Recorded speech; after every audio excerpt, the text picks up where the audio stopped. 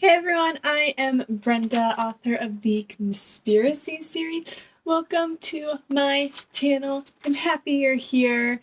Today we are going to be talking about emotions, specifically writing with emotions.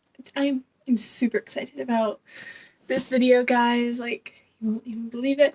But before we get into the video, please like and subscribe to this channel. We talk about a bunch of writing things, and it's just a lot of fun. Definitely subscribe, and yeah, happy to have you here. And make sure you are watching my website for updates on all of my books. I do have 2 books out, The Conspiracy and The Lead, and then the third and final one is coming out next month, which is super exciting. So yeah, make sure you're watching my website, and yeah, let's get into the video. So emotions are very powerful, as you've probably seen. Like anger, it's like anger, you just kind of blow up, like you see the whole steam shooting out of their ears. Joy, like a ray of sunshine. Just emotions are a super powerful thing that as authors we can use that to our advantage, and really anyone who writes in general. For example, Taylor Swift, who writes her own songs, she uses her emotions, whether they're happy, sad, angry, to produce amazing music. And so as writers, we need to use that to our advantage. Now, the first emotion I really want to talk about is anger, which means story time. So as you guys know, I am a sophomore in high school, and last year I took health. So, my health teacher and I, we weren't great friends, but so we were talking about healthy ways we manage anger. So, the rest of the class, they were not like, oh, I just go and listen to music, I just try to calm down, and then I had to go. I had to say how I managed my anger in a healthy way. And I said I write about their death in very morbid and violent ways. That is when my health teacher began to fear me. It was a great day, but it also definitely wasn't the best. So I say success is the best form of revenge, but writing about their death is a close second. So yeah. But when I write about their death, it turns into a beautiful death. It is amazing. It's just, oh my gosh, I have an entire doc on my Google Drive that is called The Death Story. And in it is just a bunch of violent deaths. It makes no sense whatsoever, and it's all about the people who enraged me. So I write about their death. So moving on from that, emotions are really powerful, and they can really help your writing a lot. If you use emotions to your advantage, then you are going to go really far with your writing.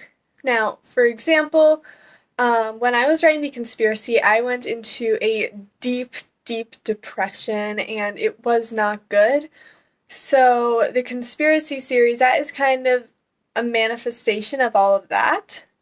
And that is kind of how Iris was created. That is kind of like how I deal with my emotion. Not like totally, but I do tend to go into a state of hyper-rationalism, and it's not good. And like, you don't even have to look like very far to see, yeah, this it wasn't pretty. So definitely like really strong emotions, they can turn into something bigger and better and amazing, like it did with the Conspiracy series.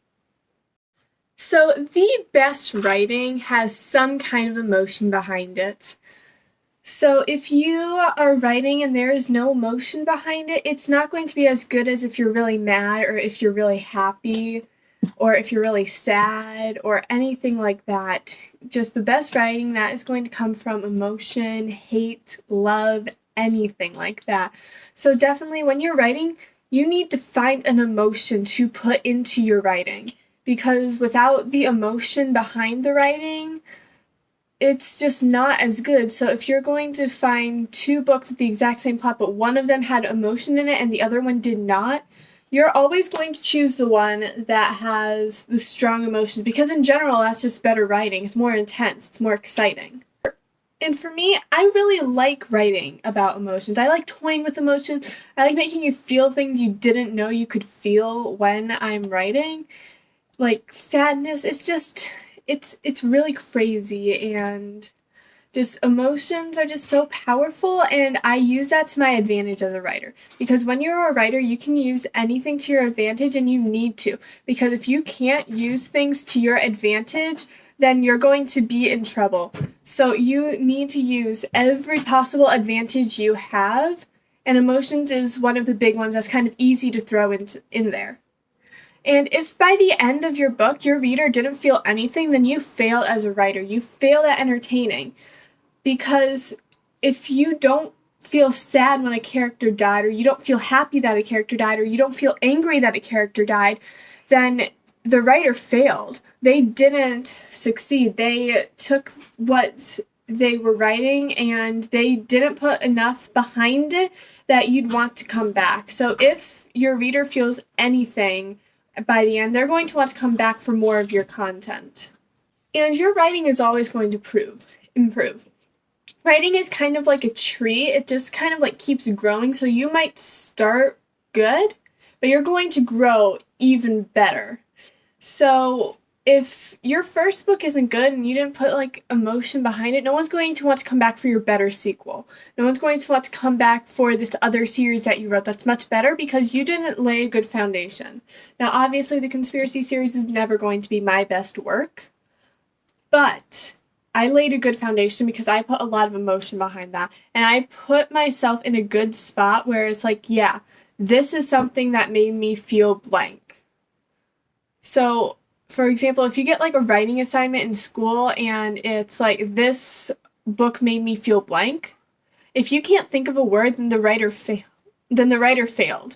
Unless you have like a really strong emotion that you can't describe, if you just like, the book existed, then the writer failed. So if you are going to be a good writer, you need emotion behind it.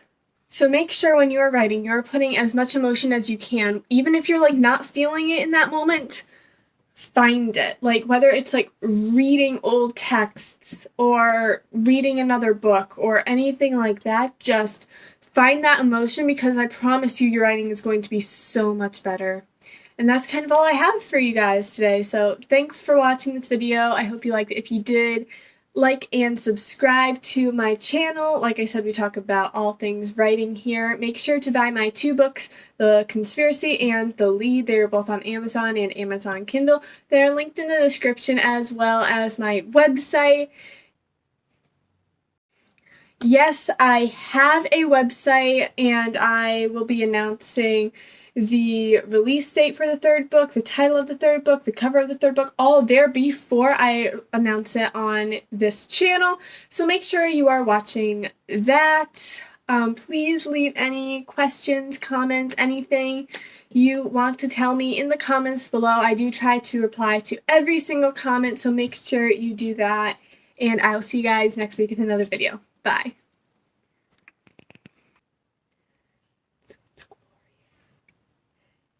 Moving on from me killing everyone I know in stories.